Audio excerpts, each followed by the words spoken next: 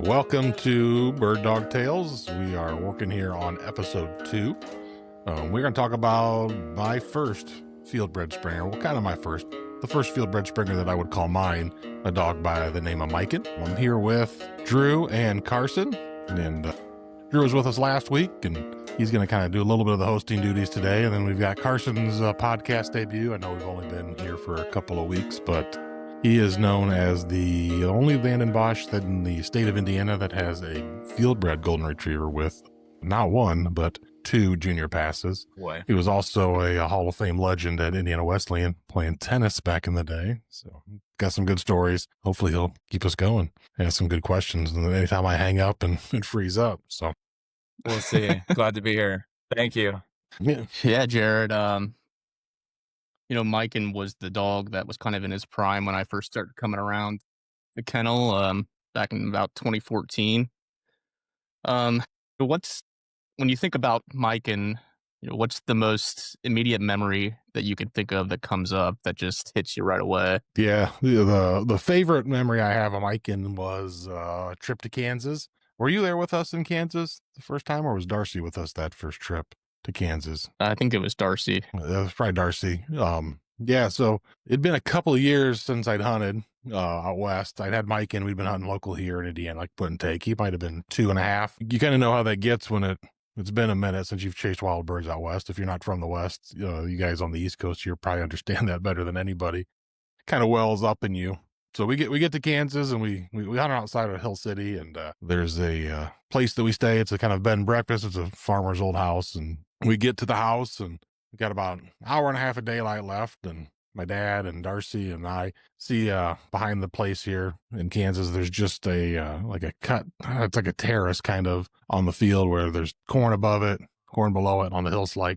Just this brushy, we call them plum thickets. I don't know if that's what they are. That's just what we call them. They're like that thorny, kind of purpley, brambly stuff that was mixed with some switchgrass and some native grasses and things like that. So we get to the end and we get to the start of that field and we pull down there, and it's probably 1,000 yards long. It's a pretty good stretch of field. And MIken, he's a fieldbred English Springer Spaniel, and he's just chomping at the bit. It's kind of his first Western hunt. We get him out there and he starts ripping through the field, and I think I'm sure Darcy had one of his pointers down, one of his Brittany's, but we're working through it and he's just birdie as hell. You just know that there's birds in there and they're moving, but nothing's coming out of it. And it's fairly early season, so we think the birds are going to hold a little bit, but we kind of make that 1,000-yard walk and we get to the end and there's just the nastiest thicket you can think of. And MIken cuts right or left into that stuff, and 2 roosters pop out of there.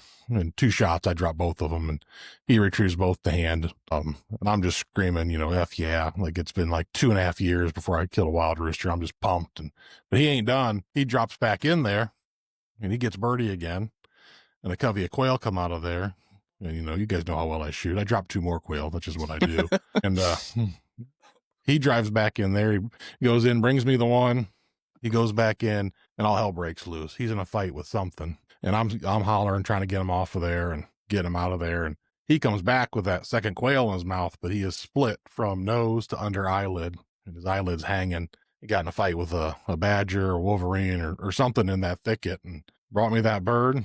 Eyelid hanging, and got him in the truck and took him to the vet, and she stitched up like one corner of it to keep it attached, and he was done for the hunt. So that was a long week with no dog. You waited 2 years to get him out there, and he was stitched up and sat up, but that's probably one of my best. I got a few more we'll talk about, but that's definitely the one that sticks in my head the most. 'Cause that was a bad trip for MIken because we also had him out in the yard and he was starting to pee blood, and the doctor said he had a large prostate. And so when he got back, we had to have him neutered. So that whole trip for him was a bad ordeal for MIken, but never slowed him down. The only weird thing that happened with him was he got neutered, like his coat got real cottony. So it was always fun to brush out when he got in the burrs. So instead of being that, that typical coarser hair, it kind of turned into like a fluffy cotton ball. So yeah, that's probably the best hunt I had with MIken. Yeah, so many of these memories, it's almost when the dogs come back with a black eye or a bloody nose or something. It's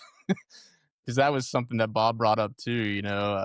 Trips to the vet, injuries, things of that nature tend to coincide with having a bird dog. But yeah, Kansas is kind of its own animal. I mean, I went out there for the first time a few years ago with you guys, and expecting it to look a lot like North Dakota, but no, it's full of those plum thickets. Completely different kind of cover that than you would expect going out there. But just tell us a little bit about the early days in the kennel, and bringing up Yeah. MIken, things of that nature. Yeah, I wasn't supposed to get MIken actually.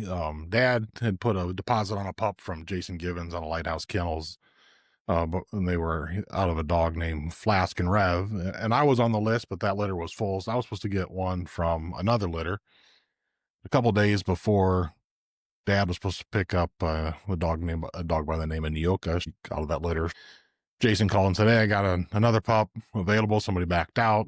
Is your son interested?" And of course I was, because I didn't want to wait any longer. So we went up and met Jason for the first time, and good guy, and showed us his kennel facility, because we had just built ours, I think, at that time, or we're in the process of building our new one. And he brought this puppy that looked 3 times bigger than what I anticipated. He was just a big, long-legged puppy. He was twice the size of his sister, and from the day you got him, you just knew the dog wanted to run. Like, he was just all speed and straight lines, and not a lot of animation that you see in dogs, but like, he just liked to move and run, had those long legs. And you always hope.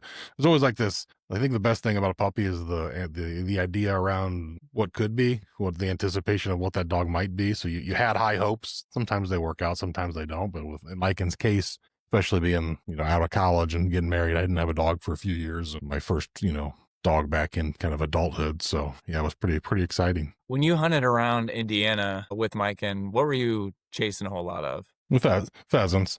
Yeah. So then there were still a few pockets of birds here in Northeast Indiana, Williams County, Ohio. We still had a few spots, but then as the CRP started to fade out, the really only option was to head west. So he was my main Western dog. He hunted Kansas. He hunted South Dakota, North Dakota. I mean, we killed a lot of birds in the Catskill over that dog too. The area around west of Aberdeen in South Dakota, I cut my teeth really in my 20s killing. Yeah. I mean, it was the heyday for me. It was just bird after bird after bird. I mean, I think one trip he retrieved, I don't know, 300 or 400 birds, it felt like, right? And just like bird after bird. He was always really good at taking the bird from everybody else. So he'd send them, or we kind of get them. We're a little bit looser on the dogs when we're hunting out west, so they break a little bit more than we like to see them break when they're here. So they kind of break on the shot a little bit during hunting season, get on those wounded roosters before they fall. And he was really good at taking out those wounded roosters before anybody else got to them. So he'd usually bring it back to me, and it was a good thing the DNR wasn't around, because there's sometimes I'd have, we get to it in the field and I'd have 5 birds in my coat, because MIken was handing me all the birds and I was distributing them out to the guys that had killed them to make sure they'd come out there and be like, "Did you kill all 5 of these?" No, but my dog thought I did. So it's funny. Yeah. What I remember of MIken, he was kind of just looked like a classic Springer, liver and white, like you said, long legs, quartered really well. Talk about that a little bit. Yeah. Just, what were his main talents? His main talent was he covered every inch of the field, almost to a fault. He liked to windshield wiper left and right. He just loved to quarter to gun. So he'd cover every inch of that field. His probably biggest weakness was he didn't love to hunt. He was going to find the bird because he knew he was going to cover the grass. So you'd see him wind a bird, and he'd turn his head and he'd just blow by it. And he knew on that turn, he'd make those big sweeping turns. Like, he's the kind of Springer that pound the ground. The earth shook when he ran. Mm-hmm. He'd make those turns, and he'd be rooster tailing, foxtail seeds and timothy and whatever was out there behind him as he'd come around and make that pass. But he'd smell that bird and know it's there, and he'd make that 60-yard pass and come back and hit on the next time, which usually worked out. But sometimes those runners take off, and now he's got to play catch up. And he was fairly good at tracking, but he might miss some of those tracks. I field trialed him as a puppy a little bit, and that was his biggest glitch. Was he just, I know that bird's there, I'll get it on my next pie, because he wanted to make almost like that. He just liked that turn. I think he probably should have been a NASCAR driver in another life. He just liked to make that turn all the time. So yeah. Yeah, man. It was I remember you yelling at MIken a lot, and seems like sometimes he would test your patience a little bit. I remember specifically in North Dakota one time you kind of unloaded on him a little bit, but did he tend to do that a lot as far as test your patience at all, or was he pretty obedient for the most part? He was pretty obedient, but he had his moments. He'd get into birds and thought he knew more than you do, and he was a little bit strong-willed. Like, he didn't hunt for me like a lot of Springers do. He hunted because he loved to hunt, and he'd bring the birds. He didn't always deliver the best. He'd spit it out at my feet, and he's off to the next one if I wasn't quick enough on the retrieve. So just how he was, but he was a bird finding machine. He marked everything well and didn't do anything super spectacular, but he did. I mean, we ate a lot of deep fried pheasants because of that dog. That's for sure. Did he? How was? Did he? Oh, go ahead. I was just gonna say, did he handle being crated well? I mean, did you keep him inside, or was he a kennel dog? Or No, he was in the kennel for the most part. I do. I'll tell you a couple of funny stories here. We were living in town. We didn't live out here on the Barbarossa like we do now. And so he was in town with us, and I had a couple of those T. Scott kennels for my dogs in the backyard, and we had 2 massacres that I can talk about. The first one, and he was just always into something, hunting something. So it was Easter Sunday. We get back from church, and I let Miken out to run in the backyard. And the house we had built in town, we just put the yard in and the fence in, but we didn't have a deck yet. And he's running around the backyard, and I kind of holler for him to come back in. He'd come and go in the house off and on. Come back in the house, and he's got 4 baby bunnies in his mouth. I think Riley might have been like 2 at the time, our oldest, and Riley's bawling, yelling that Miken killed the Easter bunny because he had 4 Easter bunnies in his mouth. Another house that we had, as we mom and dad and I and my wife rented a house together for a while they built this. We didn't have any kids yet in that time. That was actually before that house, and the house I just talked about. But anyhow, he liked wood ducks, baby wood ducks, and for some reason the wood ducks, there was no water around, but they'd nest in the spring in the oak trees in the house that we had. It was like this little wooded lot, and he'd wait for those babies to come down every spring. Like, you couldn't keep them away from them, so he'd wait for those first little wood ducks to jump out of the tree, and he was on them. He'd just be sitting under them watching the mom with her head out and just waiting for him. So he did a little damage on the wood duck babies there at that house also. So I know in today's world, how you run training, you're training multiple days a week. How was training with Miken? Was that an easy process, or, was it a challenge to get him there? Did you just need to get him on wild birds? How was his transformation from puppyhood to pro? Yeah, well-bred dogs just do what they're supposed to do with relative ease, and spaniels are a great example of, they have the right breeding and it's done well. That Flask dog and Rev dog that Jason had produced some really nice pups over the years. I don't know if he did it multiple times or not, but I think they were both national field champions, I believe. It's been a minute, but I'd have to check that out. But pretty sure they were a double beta, both national field champions, or an amateur field champion, national field champion, and he just had all the talent that you needed to have. He ran against his brother a couple of times and in different trials, and I think that dog passed away at an earlier age, but he was almost a clone of Miken, and that dog won some trials, before that happened. So, but yeah, just a good dog. Yeah, just from the get-go, didn't have to do a whole lot. There's the basic obedience and the natural talent. Clean delivery. Other than that, a wounded rooster you'd like to spit out to go get the next one, which frustrated you a lot of times, because lots of times, that's probably when I lost it on him, because after about the 4th or 5th one he spit out at my legs that might have been wounded, then you're chasing him through the field while he's on the next one. A little frustrated. So I've learned how to harness that delivery a little bit better in my dogs than I did when I was in my 20s. Like all my cockers now stand on me to deliver the bird, because I'm getting to the age I don't like to bend down all the way to the ground to pick them up. So I make them deliver up to my chest and stand on me. So maybe if I'd done that with Miken, I wouldn't have been chasing. I was faster back then, though. So chasing a wounded rooster, you think you're fast until you got to chase a wild rooster that's wounded. Like Usain Bolt couldn't catch a rooster. There's no way. Yeah. We should schedule that. Yeah, we should have a rooster run in the Olympics and see if they can beat him. We need a Mythbusters episode.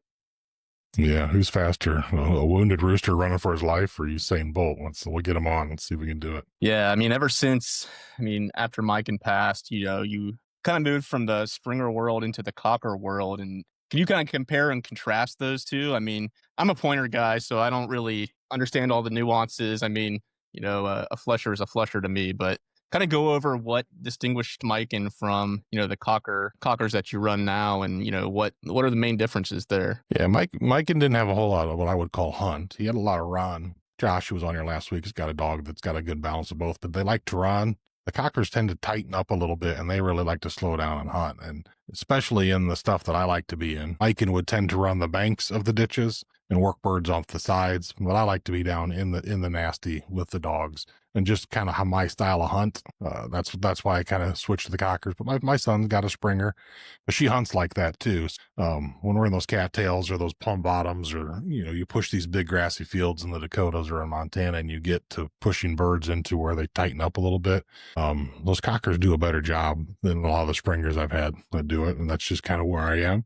But now I've got a English setter from South Dakota, from that Top City setters, and maybe I'm getting old. I just want to see the dog run. But I used to be, we had this discussion before, like I can't stand hunting over a pointer and blah, blah, blah, but just kind of as good fun with our buddies Drew and Darcy. But the truth of the matter is there's a dog for everything. And I've realized that over the years. Like, I need a Swiss Army knife in my truck. I need a pointer, I need a cocker, and I need a Springer, and maybe eventually a golden or lab. Not quite there yet, but I'm working on you. I'm working on you. Today helped. Today helped. We train a lot of them, and we got a lot of good ones, like the Nova dog that we work today. That's a nice dog, and we've got a couple that we're working in the kennel. They're a lot of fun to be around. And your golden Novas almost steady today, Drew. You missed it. We got her steadied up today. Carson looked like a proud daddy, and then Dad, as much as he yells at us for screwing up a shot, and how it makes or breaks the whole training experience, she came down perfect, looking, facing the right way on the bird, and he whiffed twice, and I had to let him know it. So many times as he's hollering at us, and Carson, I saw he had a little joy on his face from that interaction today. It makes me, as a mortal, as a shooter and marksman, feel good about myself every once in a while. Yeah. When the man himself that preaches consistency whiffs twice when we needed it most. It was a good day for both of us on that one. Yeah.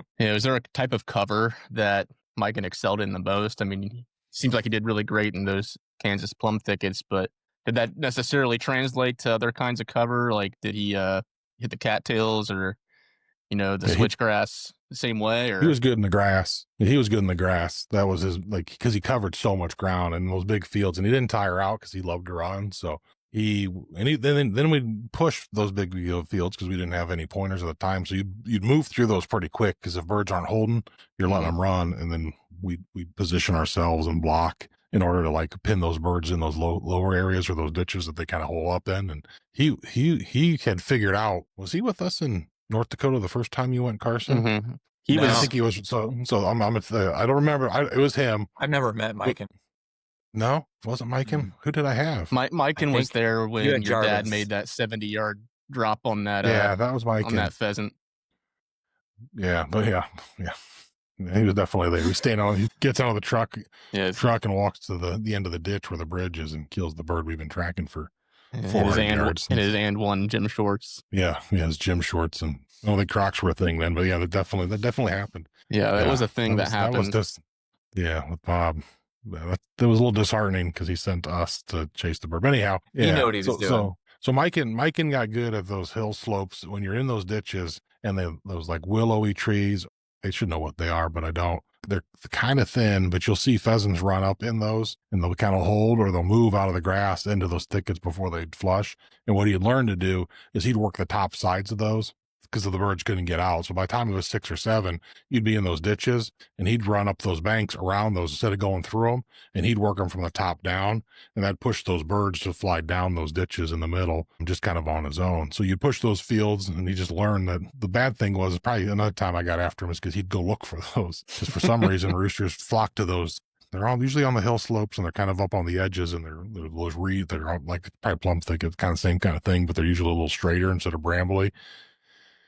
And those birds, that's their escape route. He learned that if I get on top side of those, I get to make retrieves. So that was probably the thing that he did the most. I thought Jarvis did it too on that bird that I shot behind you. I can see that in my day. It flew behind you between those two things. Yeah. Jarvis does that from day one. And Jarvis isn't the dog we're talking about yet, but he might be the best one I've ever had right now. So MIken's up there. So MIken's on the wall of fame in the kennel. That's how they make the cut if they get on this show or not. So yeah, we each have our hierarchy of dogs as we get older, and they can be supplanted by a new one. So we'll see what comes in the years to come. If you're lucky enough to have several good ones, we talk about all the time with guys. Why are you selling this dog? And we're pretty honest about things. When you've driven a few, I'm not a sports car guy, but maybe this is the best analogy that Dad's ever come up with. That when you've driven a Corvette around the track a few times. Why do you want to take the Escort, right? So that's kind of what it is. Like, it gets the job done, but it doesn't do it in a way that you've had before. So you're always chasing that. Yeah. Yeah, chasing the style points, right? Yeah, the speed and the style and the yeah. It's just there's differences in dogs, that's for sure. Did you tend to run Miken in a brace with Victor or your dad's dogs, or did you tend Yeah, I to? mean, Yeah, there's definitely it's advantageous to kind of put a couple dogs down at the time. You cover more ground, cover more thorough, especially when it gets thicker. They need to slow down sometimes and work that cover. yeah. It kind of seems like you and your dad kind of had a an understanding. Let's say, the first time I went hunting with you guys, it was park the truck and you guys are out and got the dogs on the ground within 30 seconds, and I'm back there fumbling around trying to get the collars on. You already Yeah, but got that's half your also limit by the time I hit the ground. So I I mean, yeah, feel but that. that's kind of how you just are. that is true. Staring off, he's like, what is it? Is that a feather flying through the Yeah, through the wheel? They get a little distracted. right. I have to write an sometimes. essay about every thought that comes through my head. Yes, it's the same thing when we go out hunting and we go to breakfast. Dad and I are done in a minute, and we sit there for 30 minutes and watch you finish it up. So, come on, That's man, we true. gotta go. That's why I was so you sent me that text saying that you're going to get a setter. I about fell out of my chair because I just couldn't Yeah, believe that you came over to the dark side. I know, but that dog is going to be a specimen. That That dog's a is. freak. That is. Yeah, And so I might be converted to the setter team here pretty soon. But yeah. yeah, I I know mean, the guys. Those guys at Top City. That's where I tried to bring two of them home for you. yeah. We did have a play. We drew my dog Happy in some of the videos that are on the YouTube channel. He's probably 16, 17 weeks old now, and he's a pointing machine and he's retrieving. And we're gonna start forming obedience a little bit and maybe some more videos. But yeah, it's Drew brought his family over for pizza one night, and was it pizza? Did I make pizza? I don't know what I made, but Something you usually make, which is typically amazing. yeah, it was good. Whatever it was, we ate, and he I grilled something. Oh, it was just chickens. That's what I do. I did whole chickens. Sorry, we're getting Yeah, off track it here, was but great. Yeah. the whole ploy was to sell his wife and two kids, bring his kids over to fall in love with Happy, and so his wife would cave so he can get a new puppy soon. So I think it kind of worked. He didn't blow the assignment, that's for sure. He was good that day. So yeah, but he's upstairs now. He sleeps. He's a terror in the field and sleeps in the Oh yeah. the bed with the kids. It's a good dog. Yeah, man. Well, to kind of round it out here, we talk about the bird dog being the real hero of the field. I mean, what is something about this whole experience and this whole lifestyle that Miken taught you about, living this life, and what it is about the upland lifestyle that he kind of permanently ingrained in you? I mean, talk Yeah. about Miken, there's things that immediately come to mind. I mean, is it the fact that he was kind of your first adulthood bird dog and kind of your prized possession there for a while, or? Yeah, I mean, my wife we were together, so I would say that she was probably my prized possession. She's never my possession, but feel obligated to say those things. But then our kids, but yeah, Let's hope so. yeah. So Miken came around as we were starting our family, and kind of that dog that you have as you're raising your family. And they might not remember him as much as I do, but what Miken did is started me on this path. Probably where I end up now. I talked about it in the intro, and if you want to hear about the introduction of bird dog tales, my research on awe and wonder and curiosity, and like I study it, how it affects kids and how they lose it as they go from youngsters to adults. But if you got a good bird dog, they take you back to that childhood wonder and awe. And Miken has taken me to those places that I hadn't been to before. Right? You hunt with your dad when you're young, and they're over his dog, and you're just trying to figure out how to hunt and kill birds. Like, that's your whole focus. And your first bird dog like that, I had a younger dog named Miami, but she was a lot to handle when you're 14, 15, and dad kind of took her over, and I hunted over her, but he handled her. But yeah, we'll talk about her for sure eventually, because she was a freak also. But I'm going to tell you, I'm this is the one story that kind of puts me in the space of where probably Miken set me up for where I am today. And it was in Kansas, not the trip that he got hurt. It was probably the following year. And Darcy was with us and a couple of buddies that dad used to work with, the Gentry family.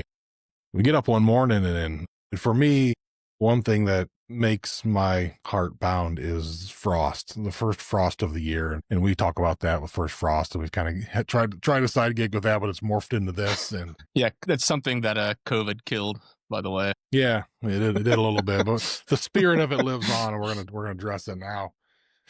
This is first But frost man, I 2.0. can, Yeah. yeah, I cannot wait for the first frost of the year. I told you guys about, Drew doesn't know this, but my micro school, I'm gonna call it First Frost Education. So we're gonna move in to that, but that's a story for another day. But no, I look forward to that first frost of the year. And that year, the first frost for me that year was in Kansas. And we woke up and it was more, not less frost, more freezing fog. And the entire field, that this house is kind of remote, and the property that we hunted for this gentleman's place is all over the place. But the whole field is just that white, crusty, everything's white. And the fog, you can't see 30 feet in front of you, 40 feet in front of you. Well, there's nothing around you. So we make the decision to go hunt, and we're walking into the spot. It's about 4 miles from the house, and there's nothing around it. And so we're not worried about what we're doing. And the fog's lifted a little bit. So visibility is probably 80 to 100, 80 yards to 100 yards, which is still thick. And you're just loud. Every step you take, just crunch, crunch, crunch. And you're like, nothing's going to hold. This is ridiculous. So we get in there, and as soon as we get out of the truck and we take 2 steps, like 4 roosters blow out of off a hillside. You see them, you hear them cackling, and they're gone. Like, we're not going to get anywhere close to a roosters. But we're there. We're going to hunt, and we're going to push through it anyhow. But you get into this low ground, and it's just this fog that's just thick. And we know where everybody is, so we're fairly safe. And MIken puts up a covey of 30 quail, and I kill 2. Dad's buddy John kills 1. But those quail only flew like 10 yards because they couldn't see in the fog. So we just kept pushing, and they'd get up, and we'd kill a couple more, and we'd kill a couple more. And we stopped at 12 collectively between Dad, John, and I. Were like, we can't kill it. We could have killed the whole covey. The whole covey, So they wouldn't flush. They would go 10 yards and drop, 15 yards and drop, and they'd stay in that bunch because they just follow each other. And you just kept going and going and going. We decided the number was 12. We killed, I think the rule of thumb is kind of a third of you don't want to harvest any more than that. Otherwise they get in trouble.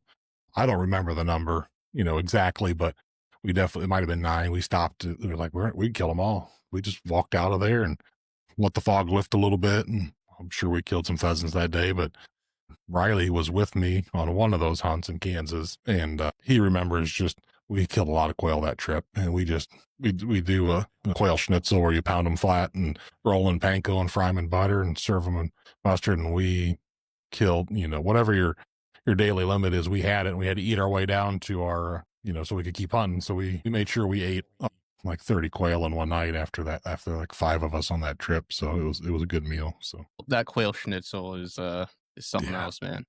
Might be the best thing. Might be the best thing on the hunt. We never come home with quail. That's for sure. They are always gone. I remember we tried it because we were out in, I think it was Kansas. Darcy had killed a prairie chicken, and we tried the same thing with that. And that was the wrong cooking method. Yeah, that was. Yeah. If you've ever cross that one off the list. Yeah, if you've ever tried to bread and deep fry your baseball glove, that's the texture that those have. Those are meant to be cooked rare. We thought we could slice them thin and make it work, and a little rough. Tantamount to beef jerky, I think, is a little bit better, but yeah. You live and you learn. Yeah. When you screw it up like that, you definitely feel guilty about taking those birds. You like to do them justice, make sure you do it right. So if we ever kill another prairie chicken, we will definitely make sure I would have to ask we do a little more we homework. would ever kill another prairie chicken. Yeah. You're not wrong. I'm sure somebody's got a good recipe. It's rare. Yeah, it definitely got to be rare. Just turn in cold someone pork out style. there. If anyone's out there watching that has a prairie chicken recipe, please let us know. Because we could use some help there, but yeah, we could use a little help. Yeah, but on that, it's kind of try to wrap it up here. Anybody got any closing thoughts on anything? Wish I would have met MIken. Yeah, you missed out on MIken. I did. He was late. Yeah, he was named after a softball bat company. I coached high school softball for years and played slow pitch in my 20s and almost in my 30s. So his name actually came from the bat company, MIken. I guess that would have been a good thing to talk about. Yeah, we got his name.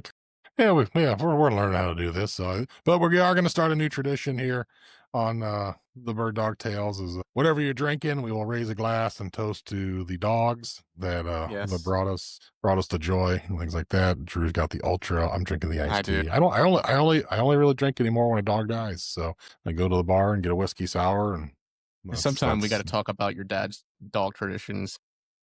Yeah, we'll get into those. There will be plenty of stories there. We've got lots and lots of airtime. So, all right. Well, that's our time for the week. So this episode will be out tomorrow on Sunday. We're going to try to do them every Sunday. Tune into our YouTube channel. Bird Dog Tales is on Spotify, all the channels, as well as we'll post on YouTube each week, as well as check out Bob Rose Gundogs for all your training needs. They are our sponsor, which isn't really a sponsor because we own it and we run it. So we're sponsoring ourselves right now. Right now, we're a few thousand in the hole. That's how this works, I guess. But we're doing it because we love it. We like talking about the dogs, and we hope you enjoy these stories. So enjoy your week and get those dogs on the ground. Hunting season just around the corner. Yeah. Good night, guys. See ya.